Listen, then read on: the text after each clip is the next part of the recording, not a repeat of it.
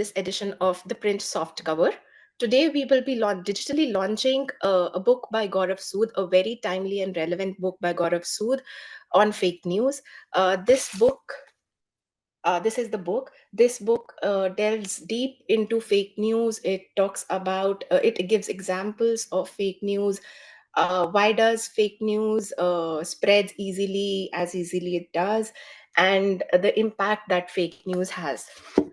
And we have with us Gaurav Sood to talk about this book. Welcome, Gaurav. Thank you so much for talking to us. Thank you very much for inviting me for this important session. Sure. Gaurav, this is a very, we are talking about fake news, and it is one of the things that everybody is trying to get a handle on and is not able to. To start with, at least awareness about fake news has increased a lot. So, do you think that sort of helps in just handling it? What has been your experience since you have studied it so deeply? Okay. Yeah. Fake news, I think so, came into existence and was the maximum searched, word or phrase. After the or in the 2014 U.S. Elections, right? And so there were a lot of fake news around Trump, Hillary Clinton. Um Obviously, Cambridge Analytica was also at play. Facebook was accused of micro targeting consumers, making consumers profile and then targeting them and influencing their voting patterns or voting decisions, right? And so fake news was, so there was a lot of news which were coming at that time, that Pope has supported Trump and he wants him to be, or Hillary Clinton has connections with ISIS and so on. And that is a time when, actually people came into,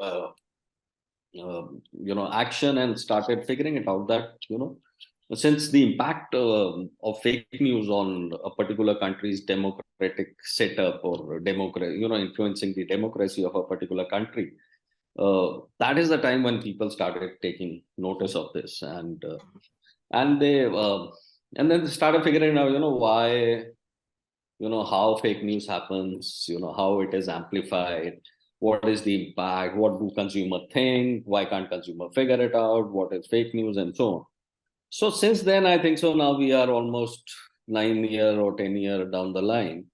A lot of things have been written about fake news. A lot of, journalists like you have done a lot of features. I could see Ravish Kumar doing one of lately. Rajdeep has been talking about it. Media has been talking about it. Not only talking about it, but has been accused of being part and parcel of spreading fake news or creating fake news. We'll come to that later on. But then yes, so it becomes a menace now, and it affects not only the society at large, but critical areas of our democratic setup or our democracy. Not only that, politically, fake news is very active or impactful, but also, personalities, celebrities, people like you and me, brands, so everybody is getting affected. And this has mainly stemmed up because of social media, right, where everybody is a media person, so who's posting and what they are posting, accountability, and so on. Right, and so therefore, fake news. If I see a data that what kind of fake news have been spread across India, so stories that are completely made up for political or commercial reasons, right? So maximum 45% of these kind of stories are floated, right? It could be also reason poor journalism, right, where journalists can make factual mistakes, misleading headlines, clickbaits. Social media is famous for clickbaits. What did Aryan Khan did wrong? What is wrong with Salman Khan and so on, right? And inside doesn't find much things, or maybe stories are twisted and turned, right? To give a certain kind of an impression to public at large. Um, Advertisements, I mean, brand advertisements, old story. There've been a lot of misleading claims which brands make. So they are basically fake, right? So fake Hmm. news does not only mean, the journalist news, right? Or news which is there in media, newspapers or electronic or print, but it could be any kind of information which is not true, right? So fake news is a kind of a guerrilla communication, right? Where we remember guerrilla communication from Robin Hood times, that he used to hide and then attack the army, right? And so, but then guerrilla communication have always been hidden attacks, right, which are made where you can't take a head on with your opponent. So fake news has been used as a guerrilla communication a lot to attack your opposition, competition, right, or any personality for that matter. Also, fake news also affects what we buy and consume today, right? Because we may believe in certain news and we may not. So, if a particular car is catching fire, I mean, one or two incidents are reported. We try to, the way it has been projected, we try to assume that all cars are defective in this for this particular brand. Then we have memes culture, which is coming up very strongly. Um, which may be hilarious, but there are certain messages which keep on going on, which people tend to believe, and therefore that spreads it. And obviously, social media is amplifying, right? You and I keep on sharing a lot of information on WhatsApp and other social media platform. I don't know how many authenticity of that particular information have we checked, and how do we figure it out whether it's true or not so much true. So therefore, awareness, yes, has been there. But the big question is, are consumer or people like you and me can figure it out, between Hmm. real and fake? That is much more big question. Even if I know that fake news is there, 40-50% of the information which is floating around is fake, still, um, can I make out a difference between fake and real, right? If Gaurav, in the one book knows it, also, yeah, yeah. yeah, in the book also you mentioned this point that consumers sometimes are either unwilling or also unable to verify information a lot of times. So especially when it comes to brands, and why do you think that is? Do we take it lightly, or Okay, so why people fall for fake news uh, is many reasons, right? We are emotional. More, I mean, I'm limiting this discussion to India right now. So hmm, we are emotional people. Most of our decisions, whether to vote for a particular party or buy a particular car, or follow a particular celebrity, is more emotional reason than rational, right? So people may be more likely to believe something that aligns with their emotions, right? So if I'm emotionally attached to a particular ideology, philosophy, celebrity, personality, party, I'm more likely to believe anything coming, or supporting that particular uh, person, right? And therefore, whether it's fake or real, don't get much into it, right? The other reason could be, confirmation bias, which is like people tend to seek out information that confirms their existing beliefs. So if I believe um, that all Apple products are good, right? So therefore, anything which is coming out or any news which is coming out around it, fake or real, I will tend to believe it. If I'm supporter of, I think Congress party or BJP for that matter, can ensure the economic development of the country. If I have that belief, then I will negate all the news which is against that particular party and will, accept no matter whether it's fake or not, and will hmm. support. Also, lot of time why people fall is they lack critical thinking, right? I can link this to education also, literacy basically. So but I mean, there's no hard and fast rule that somebody who's not got very good education cannot critically think, but by and large, education plays a key role. The lack of knowledge, media literacy, right, Hmm. about a particular area. Look, I can't be knowledgeable for anything and Hmm. everything, right? So therefore, if I lack knowledge on how that particular thing operates, so you tell me anything, I will tend to believe in it, right? Because I don't know how to critically analyze or logically or objectively understand that whether it can be true. So the earth is flat. I mean, the stories can be, there are aliens coming in, UFOs coming in, crop circles. There are so many things. So we don't really know till now whether how much is true or not. But if you are showing this to people, right? Some may believe, some may not believe, right? And the other thing is that we are a followers, right? Tribalism, right? So we, this herd mentality. So if everybody is supporting, then we'll also support, rather than critically analyzing it. So these are one of the reasons why um, people tend to fall for But did you brand. find that there is any particular segment of consumers, citizens who particularly No, no, no. falls for? No, there is no segment. It could be Hmm. any well-educated, right? Hmm. Any those high society buildings they are staying. It could be any person from village, any part of India, any part of the world actually. So there is no particular segments. People who have these characteristics which I've told you, they may tend to fall more for it because of their confirmation bias. So I don't want to listen anything against BJP, and and I'll believe anything which has been said, against other parties by them. Hmm. So I will believe it.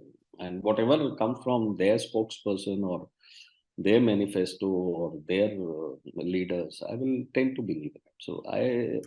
And I could be anybody. Hmm. So So, Gaurav, do you think that politics is one of the primary drivers of fake news right now, in India and globally, in terms of what people believe and in terms of even generation of fake news?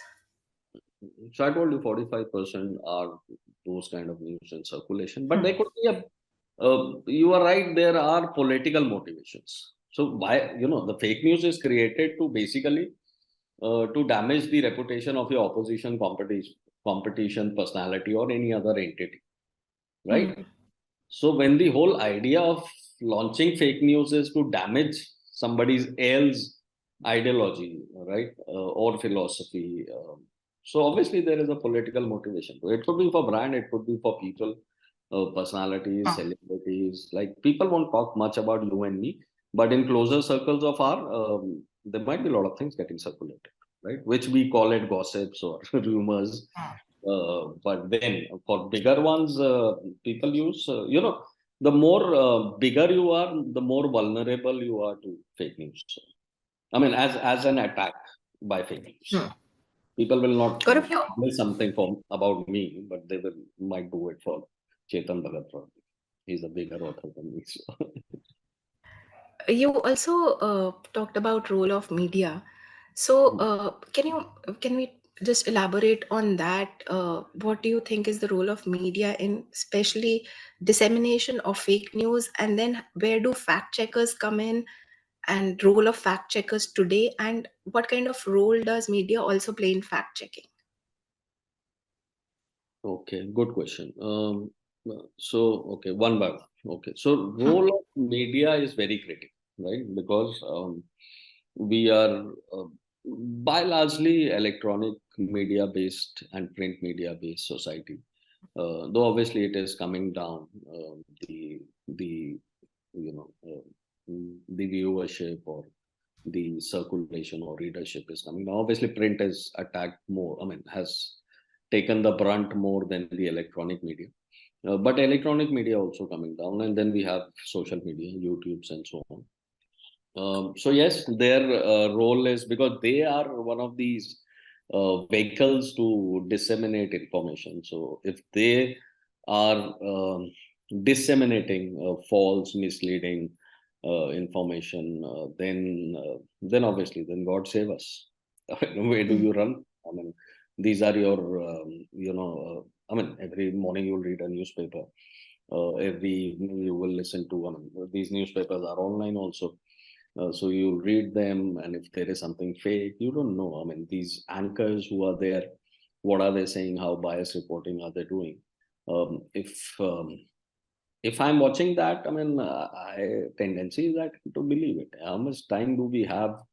हमारी, I mean, if I can use Hindi, हमारी रोजमर्रा की जिंदगी में, I mean, for us Indians to, actually sit and critically evaluate, what is right and what is wrong.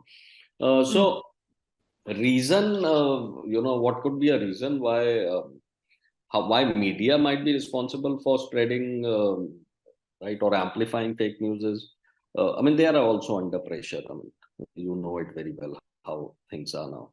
It's been corporatized, most of the media. But again, I won't blame that, because you need money to run businesses and so on. That may or may not be a reason. So I'm not getting the politics of it, but within news channels or trend, there is competition to rushing to be the first to report a particular event. In that, the fact checking takes the back seat, you know and therefore chances are that you may come out with things which you have not properly validated.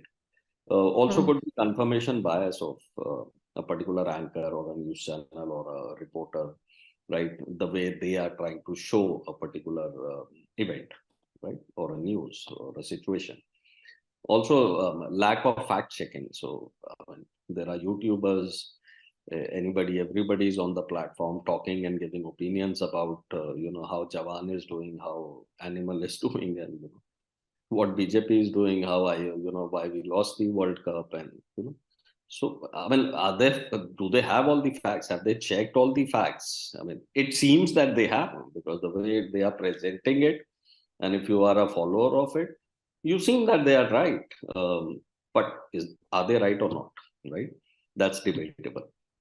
Then people want to sensationalize a particular story. I mean, right? Media wants to do that, clip with clickbait headlines, and I mean, you know how it is. No, there is a cyclone coming, and you've seen videos. I mean, right?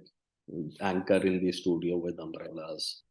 Ukraine war coverage we have seen by our Indian medium, so right, India media. So I mean, what is the right side? I mean, they went to Israel, nobody went to Gaza, right? So how do you know where is the other side of story? So that could be, fake or misleading or not complete with all the facts. I mean, so anything of that sort will be fake. I mean, right? I mean, it's not a real objective story. Somebody can overhype a story, use emotional language, uh, mm, images and videos which are, now we've seen deep fakes, Rashmi Mandana. Now, how many people will know exactly that it is fake? I mean, if 1,000 people would have seen it, or crore of people who would have seen it, how many would have really figured it out, that, or would have, uh, been confirmed that this is a fake one? She's not the one, right? Or Katrina Kaif after that. So that's again big. Deepfake is a big problem, which is, that Bruce Willis ad, a Russian ad, which has been made. mm, People even started believing that Bruce Willis has sold his face right to this animated ad, which is there. I mean, people believed in that ad. There's, I think so, one of the best Bruce Willis performance in complete 30-40 years of career he had. So and then this is media circus which is happening, TRPs and all that. So that is also making. And then there are, obviously, when I talk about corporate nexus or political influence in media, obviously setting in agendas, right? What to cover and what not to cover. What is in our benefit, what is not in our benefit. I don't want to get much into it, because I want to mm, keep it more academically. This book is completely more academically. Obviously, there are case studies and mm, instances which are example which are quoted, but the whole idea is not to politicize fake news, but actually mm. tell you, right, how to spot it and stop it. So And role of coming to fact those checkers, strike, yeah. I'll just finish it. Role of fact checkers. Look, fact checkers help to identify and correct false or misleading information that is being circulated. So we have alt news, snoops.com, right? So there are many Reuters which is there. So there are many of them which are there which are trying to do but then again, what may be wrong with these might could be the methodology. Look, they select certain images or stories and try to fact check it whether it's right or not. Fine. So when the Canadian president was sitting in a probably Gurdwara, right? And but then that picture was projected as if he's supporting the farm protest in India, right? Which the picture was taken somewhere else and was trying to link, and that was fake. So when a fact checker is doing it, they have a methodology to do it. So they select certain stories or images. So how objectively are they doing that? Right? That is one point. Which one are they picking? Which one are they picking? Are they picking on the base of popularity? Are they picking on the? But there are many they are not doing it. They are left to find way on their own. Also, fact Hmm. checkers to promote transparency and accountability in the media, right? So if there's something I say, right, and it can be fact checked, so there is, there's some cautious level which caution which goes that there's somebody who can check and let people know that this is fake.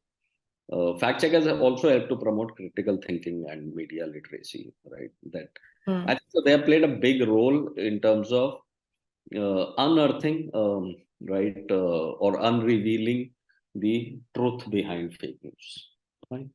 So this is somewhere right, or also yeah. So the methodology which they do is automated algorithms, human editor.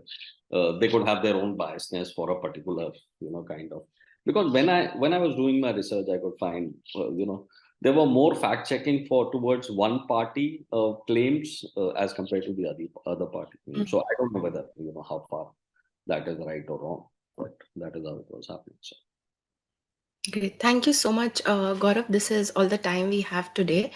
Thank you so much for joining us and talking about this very important issue, and wish you all the best. thank you very And much. Thank you. Did you like the thank book? you. Yes, I did. No?